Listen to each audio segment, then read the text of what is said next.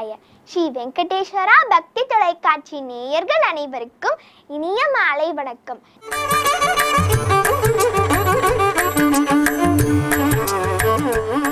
இன்று 24ஆம் பாசுரம். அன்று உலகம் அளந்தாய் அடி போற்றி, சென்றங்கு தென்னிலங்கை செற்றார் திரள் போற்றி. இந்த பாசுரத்தை கேட்போமா? திருவடிகளே சரணம். ஸ்ரீமதே ராமானுஜாய நமஹ. ஆழ்வார் திருவடிகளே சரணம்.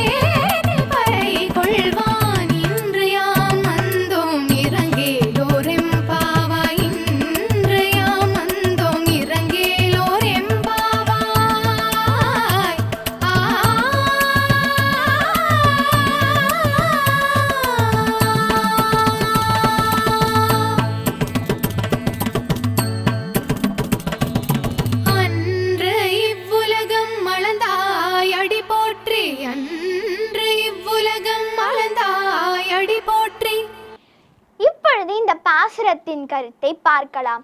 மகாபலியிடம் இருந்து இந்த உலகத்தை 3 அடிகளால் அளந்து உன்னுடையது என்று உணர்த்தியவனே, உனக்கு வணக்கம்.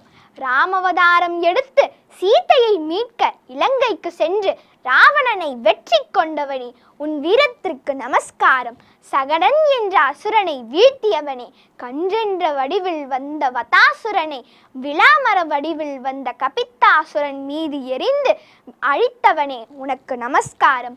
கோவர்தனகிரியை இந்திரன் அனுப்பிய மழையில் இருந்து ஆயர்குலத்தையே காத்தவனே, உன்னை வணங்குகிறோம். பகைவர்களை உன் கையில் இருக்கும் வேளால் அழித்தவனே, உனக்கு நமஸ்காரம். உன் வீர செயல்களை பாடி உன் அருளை பெறுவதற்காக வந்துள்ளோம். எங்கள் மீது இரக்கம் காட்ட வேண்டும். இதுவே இந்த பாசுரத்தின் கருத்தாகும்.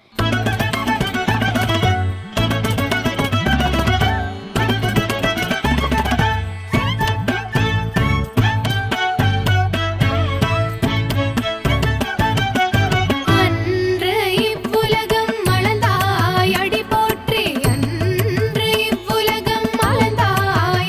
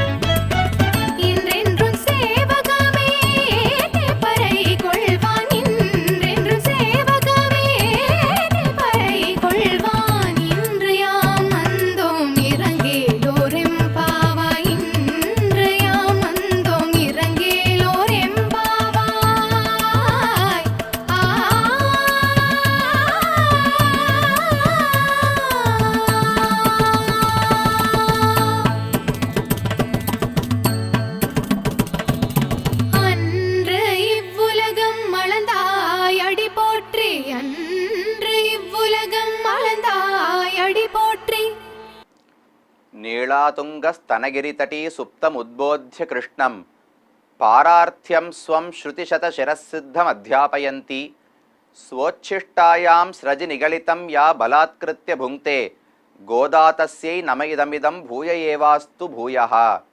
ஓம் நமோ வெங்கடேஷாய. பராசர பட்டர் அருளிச் செய்த இந்த தனியனிலே ஆண்டாளை அவர் வணங்குகிறார்.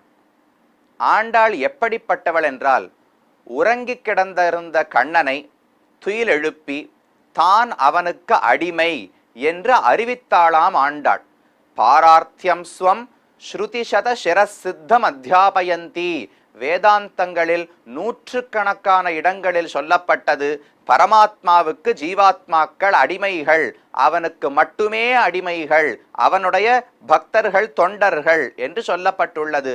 அதை அறிந்த ஆண்டாள் கண்ணனை எழுப்பி நான் உனக்கு தொண்டு செய்ய வேண்டும், நீ அதை ஏற்க வேண்டும் என்று பலாத்காரமாக கைங்கரியம் செய்கிறாள் என்று பராசர பட்டர் சாதிக்கிறார். அது எந்த இடத்தில் உள்ளதென்றால், இன்றைக்கு நாம் அனுபவிக்க வேண்டிய பாசுரத்தில் தான் பகவானுக்கே அற்று தீர்ந்தவள் என்று ஆண்டாள் கூறுகிறாள். இன்று நாம் பார்க்க வேண்டியது திருப்பாவையினுடைய 22வது பாசுரம்.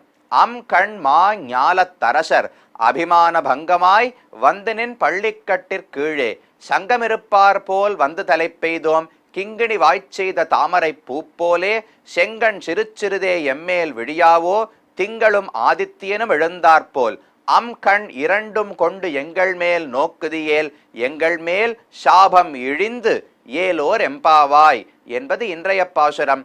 அம் கண் மா ஞாலத்து அரசர். அம் அழகியதான, கண் இடமுடையதான, மா ஞாலம் பெரிய ஞானமொல்லியோ. சதுர்தச புவனாத்மக மண்டம், இந்த உலகம் எவ்வளவு பெருசுனால் சூழ்ந்து அகன்று ஆழ்ந்து உயர்ந்த முடிவில் பெரும் பாழ் என்று நம்மாழ்வார் தெரிவிக்கிறார். இந்த சம்சாரம் எவ்வளவு பெருசு நம்மளால அளவிட்டே சொல்ல முடியாது. அப்பேற்பட்ட ஞானம் 14 உலகங்களை கொண்டது இருக்கே. அந்த மா ஞாலத்து அரசர், இந்த ஞானம் முழுவதற்கும் பெரிய சக்கரவர்த்தியாக ராஜாவாக இருந்திருக்கலாம். உண்மையில் பார்த்தால் இது அனைத்துக்கும் சொந்தக்காரர் யார்? பகவான் தானே. எல்லா உலகுக்கும் சொந்தக்காரன் ஈஸ்வரன் பரமாத்மா. ஆனால் இந்த அரசர்கள் என்ன நினைக்கிறார்கள்? தாங்கள் தான் உலகனைத்துக்கும் சுவாமி, தங்களுடையதுதான் இந்த சொத்து ராஜ்யம் என்று நினைத்திருக்கிறார்கள். கர்வத்தோடு இருக்கிறார்கள் அவர்கள். அங்கண்மா ஞாலத்தரசர் அபிமான பங்கமாய், அபிமானம் சுவாதந்திரிய அபிமானம், நான் சுதந்திரன், யாருக்கும் நான் பதில் சொல்ல தேவையில்லை, ஆணையிட யாரும் எனக்கு கிடையாது என்கிற எண்ணம் இருக்கே. அந்த அபிமானம் கர்வம் பங்கமாய், பங்கம்னா உடைக்கப்பட்டு அழிக்கப்பட்டுன்னு அர்த்தம். அபிமான பங்கமாய் வந்து நின் பள்ளிக்கட்டிற்கீழே சங்கம் இருப்பார்.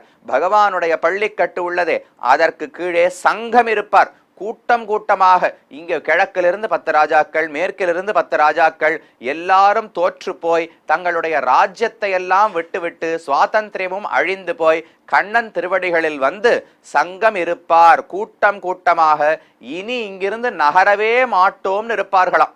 ஒருவேளை கண்ணனுக்கு இத்தனை ராஜ்யத்தில் எல்லாம் ஆசை கிடையாது. அதனால் தான் எந்தெந்த ராஜா வந்தாரோ அவர்கள் ராஜ்யத்தை மறுபடியும் அவர்களிடத்திலேயே கொடுத்து நீங்கள் சென்று ஆட்சி செய்து கொள்ளுங்கள், ஒன்றும் தவறில்லை என்று சொன்னாலும் நாங்க இனிமே போறதாவே இல்லை, போறோம் இந்த ராஜ்யத்தை வச்சுன்னு நாங்க பட்டப்பாடு போறோம். ஒரு நாயகமாய் ஓட உலகுடன் ஆண்டவர் கருநாய் கவர்ந்த காலர் சிதகிய பானையர்.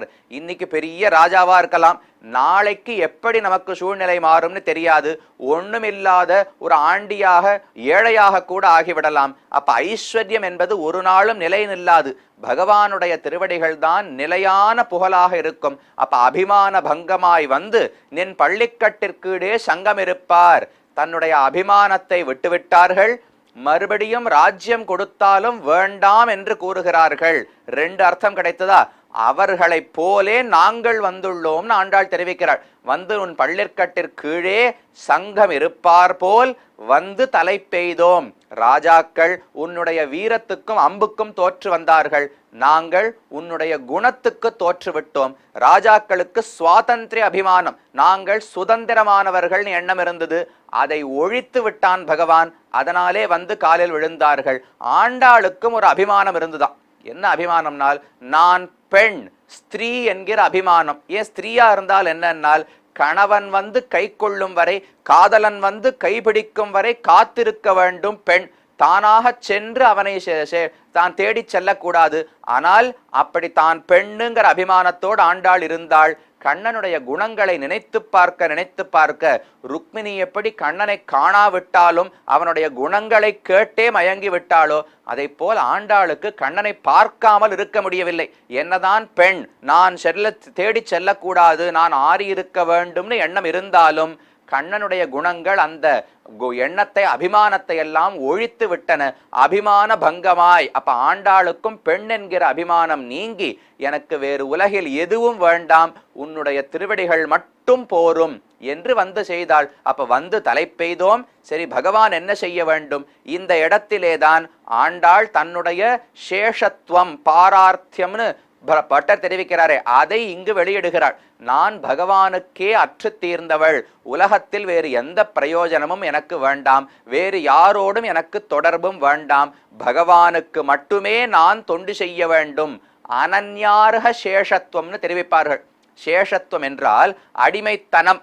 அடிமைத்தனம்னு ஒன்னே யாராவது தப்பா நினைக்க வேண்டாம். இது ஆனந்தமாக செய்ய வேண்டிய அடிமைத்தனம். என்னுடைய தந்தைக்கு நான் தொண்டு செய்கிறேன்னால், உன்னை அடிமையா யாரான கழுத்துல கத்திய வச்சா தொண்டு செய்ய சொல்கிறார்கள். ஆனந்தமாக என்னுடைய தந்தை என்னை பெற்று வளர்த்தார், எனக்கு உதவுகிறார்னு தொண்டு செய்கிறோம் இல்லையோ. அப்ப தொண்டு செய்வதே தவறு கிடையாது. எத்தனை தொண்டு நிறுவனங்கள் வச்சு நடத்துறா. தொண்டு செய்வது ஆனந்தமாக செய்தால் தவறாக இருக்காது. அப்ப நாமும் சேஷபூதர்கள். ஒவ்வொரு ஆத்மாவும் பகவானுக்கு தொண்டு செய்ய வேண்டும். அது வேறு யாருக்கும் தொண்டனாக இருக்கக்கூடாது. இன்னைக்கு பகவானுக்கு தொண்டன், நாளைக்கு இந்த ஊர் தலைவருக்கு தொண்டன், அடுத்த நாள் இன்னொரு ராஜாவுக்கு, அடுத்த நாள் வருண பகவானுக்கு, இன்னொரு நாள் இந்திரனுக்கு என்று வைத்துக் கொள்ளக்கூடாது. பகவானுக்கு மட்டுமே தொண்டனாக இருக்க வேண்டும். அப்படி நாம் வந்து தலை பெய்தோம். அடுத்து கண்ணனிடம் பிரார்த்திக்கிறாள். கிங்கிணி வாய் செய்த தாமரை பூ போலே செங்கண் சிறு சிறுதே எம்மேல் விழியாவோ. கிங்கிணினா சின்ன மணி, அந்த மணியுடைய வாய் எவ்வளவு சின்னதா இருக்குமோ அதை போல கிங்கிணி வாய் செய்த தாமரை பூ போலே. தாமரை மலர் தான் மலரத் தொடங்கும் போது முதல்ல கொஞ்சம் மலரும், அதுக்கப்புறம் இன்னும் கொஞ்சம், அப்புறம் நன்னா மலர்ற சொல்லியோ அதை போல் முதலில் சிறிதளவு கண்களை திறந்து எங்களை பார்க்க வேண்டும்னு ஆண்டாள் கேட்கிறாள். ஏன் மொத்தமா திறந்து நன்னா கட்டாட்சிக்கலாமேனால் எங்களுக்கு கட்டாட்சம் கூட முக்கியம் கிடையாது.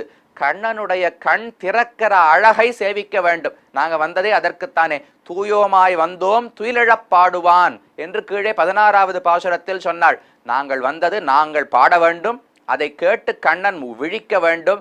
மெதுவா அந்த கண்ணு திறக்கணும், கண்ணு பார்வை எங்க பேர்ல படணும். இந்த அழகை சேவிப்பதற்காக வந்தோம். அப்ப கிங்கிணி வாய் செய்த தாமரை பூ போலே செங்கண் சிறு சிறுதே எம்மேல் விழியாவோ. மொத்தமா ஒரே சமயத்தில் எல்லா அனுகிரகத்தையும் பொழிந்து விடாதே, எங்களால் தாங்க முடியாது.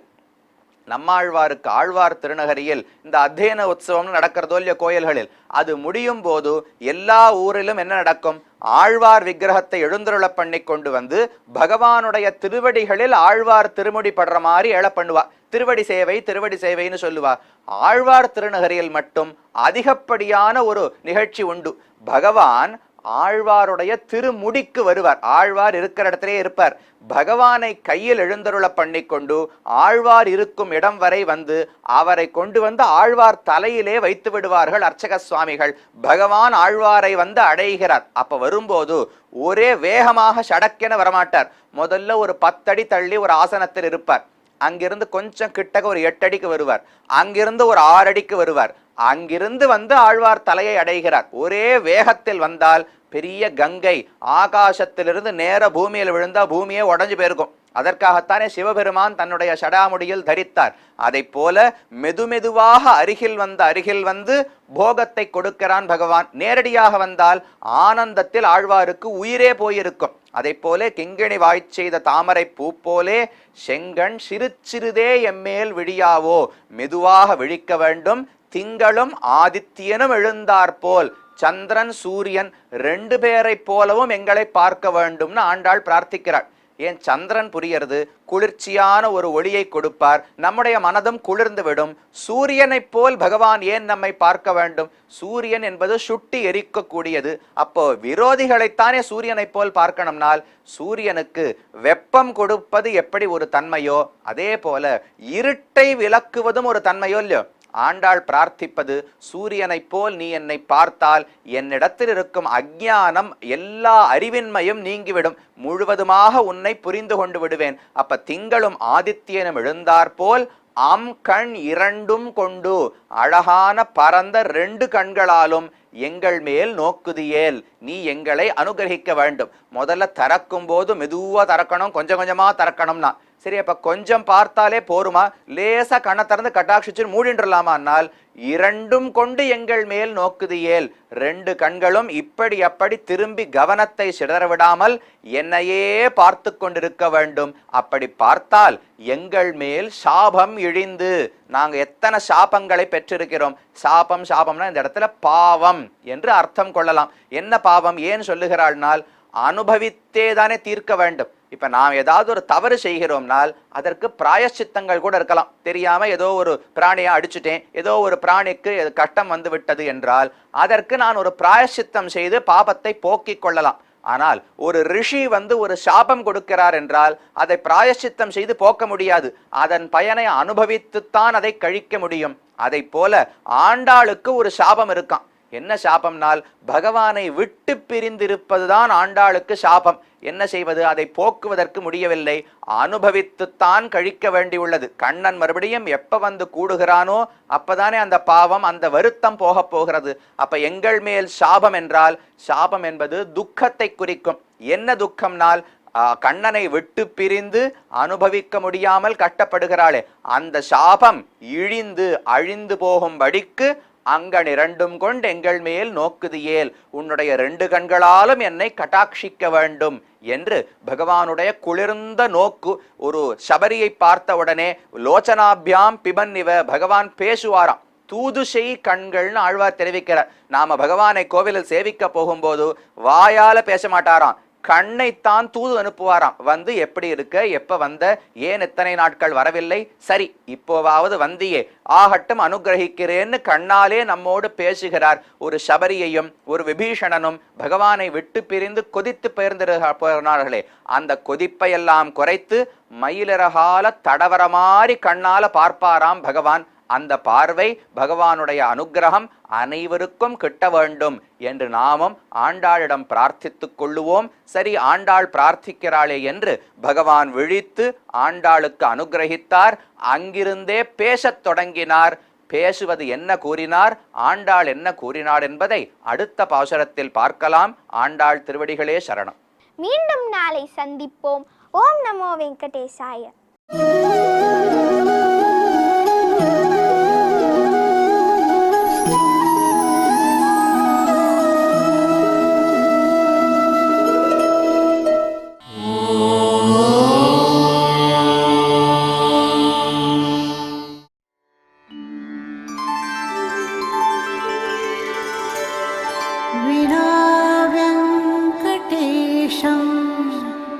ननाथो ननाथः सदा वेङ्कटेशं स्मरामि स्मरामि।